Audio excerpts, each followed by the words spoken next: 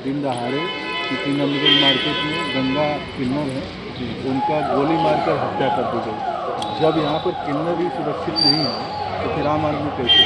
बिल्कुल सही कह रहे हैं। ये उत्तर प्रदेश में लगातार जो घटनाएं हो रही हैं उसकी हम सब लोग घोर निंदा करते हैं। और जब समाज में जिसको सबसे जो है कि अक्षम कहा जाता है, जिस शब्द को ही मतलब कहना जो है कि वह सम्मानजनक नहीं होगा, जब वह अंतिम व्यक्ति जो है कि सुरक्षित नहीं है, और जो लोगों ने इस तरह की वारदात की है वह उनसे भी बड़े कायर लोग हैं। और हम सब लोग कल से ही प्रशासन से मांग कर एसपी सिटी आए थे, कप्तान जी, उनसे बात हुई और जो इसमें दोषी है उस पर कड़ी से कार्रवाई होनी चाहिए। ये हमारे नंदगंज का वो लड़का था, इसी बरहपुर गांव का रहने वाला था, और जिसके साथ ये बड़ी घटना हुई है। उनके माता पिता के प्रति हम सब लोगों की संवेदनाएं हैं। हम सब पूरे उनके साथ हम सब लोग खड़े हैं। और हम उत्तर प्रदेश सरकार से यह मांग करते हैं कि जो भी दोषी हैं उनके खिलाफ सख्त कार्रवाई होनी चाहिए, और जो भी लोग इसमें दोषी पाए जाएं उनके खिलाफ सख्त कदम उठाकर, जब अंतिम जो इस तरह का जो व्यक्ति सुरक्षित नहीं है तो इस तरह समझिए कि जो आम लोग हैं वो किस तरह से सुरक्षित रहेंगे। तो इसलिए हम सब लोग मांग करते हैं कि इस पर कड़ी से कड़ी कार्रवाई होनी चाहिए। तो महामंडलेश्वर जो टीना में आई थी, बात हुई है, क्या बात हुई आपसे?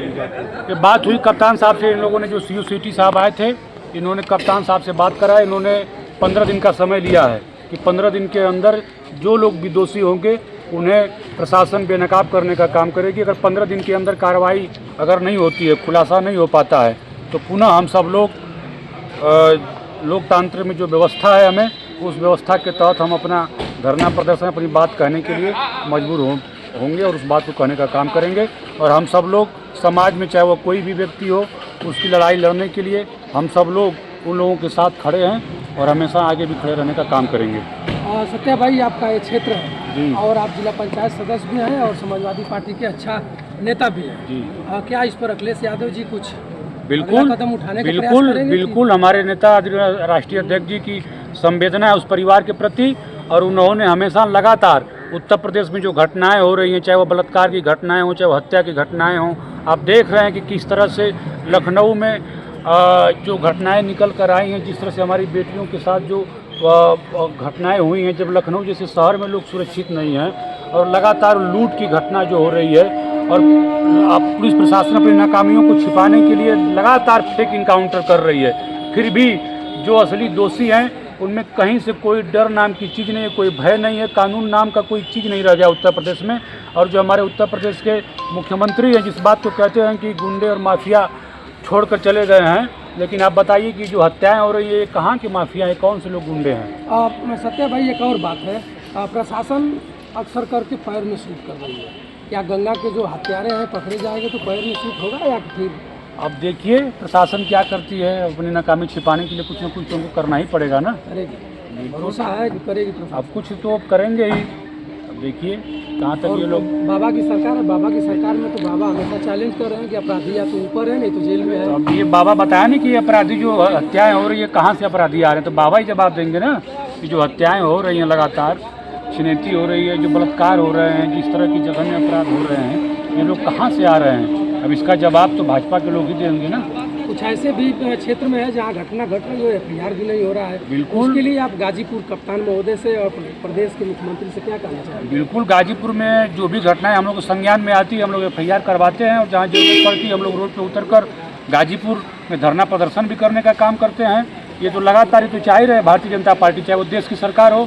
अब देश के गृह मंत्री का ही आप देखिए, जो देश जो संविधान में तो बना है बाबा साहब का कि जो हमें आपको और इस समाज के अंतिम व्यक्ति को न्याय मिल रहा है, अगर शायद उस संविधान कोई कमज़ोर है, जो जिस तरह भारतीय जनता पार्टी लगातार कर रही है, तो फिर कोई आदमी को न्याय की कोई उम्मीद नहीं लगा सकता है।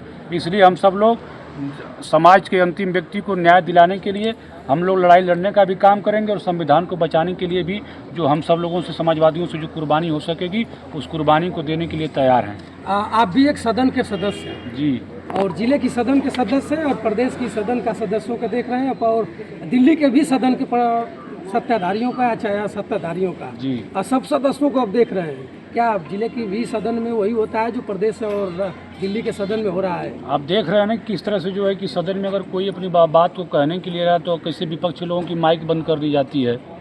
ये सदन में जो हमारे पार्टी के नेता हैं, विपक्ष के लोग अपनी बातों को कहते हैं तो उनकी बातों को भी या तो विधानसभा का अध्यक्ष उनको बर्खास्त कर देता है। हमारे पार्टी का वह नेता अतुल प्रधान जो लगातार जो कि वह प्रदेश के लोगों के लिए वे इस बात को सुनिश्चित कर रहे थे कि जिस तरह से मेडिकल में लगातार जो है कि फर्जी दवाइयाँ बेची जा रही हैं। आप सब लोग देखे होंगे, सुने होंगे कि मेडिकल स्टोरों में कितनी फर्जी दवाइयों का अंबार लगा हुआ है। उस दवाई से लेकर और जो फर्जी जो प्राइवेट हॉस्पिटल के संचालक हैं जो फर्जी मतलब बेतहाशा वसूली करने का काम करते हैं। अगर कोई गरीब अगर आदमी बीमार हो जाए तो उसकी एक निर्धारण फीस होनी चाहिए और उनके ऊपर लगाम होनी चाहिए। इस आवाज़ को लेकर हमारे विधायक समाजवादी पार्टी के अतुल प्रधान जी जो इस लड़ाई लड़ रहे थे कि प्रदेश की जनता को सस्ती और सस्ता इलाज मिले, उस पर भी हमारे पार्टी के हमारे विपक्ष के जो है कि सतीश महाना जो विधानसभा अध्यक्ष हैं उन्होंने उनको विधानसभा से बर्खास्त करने का काम किया।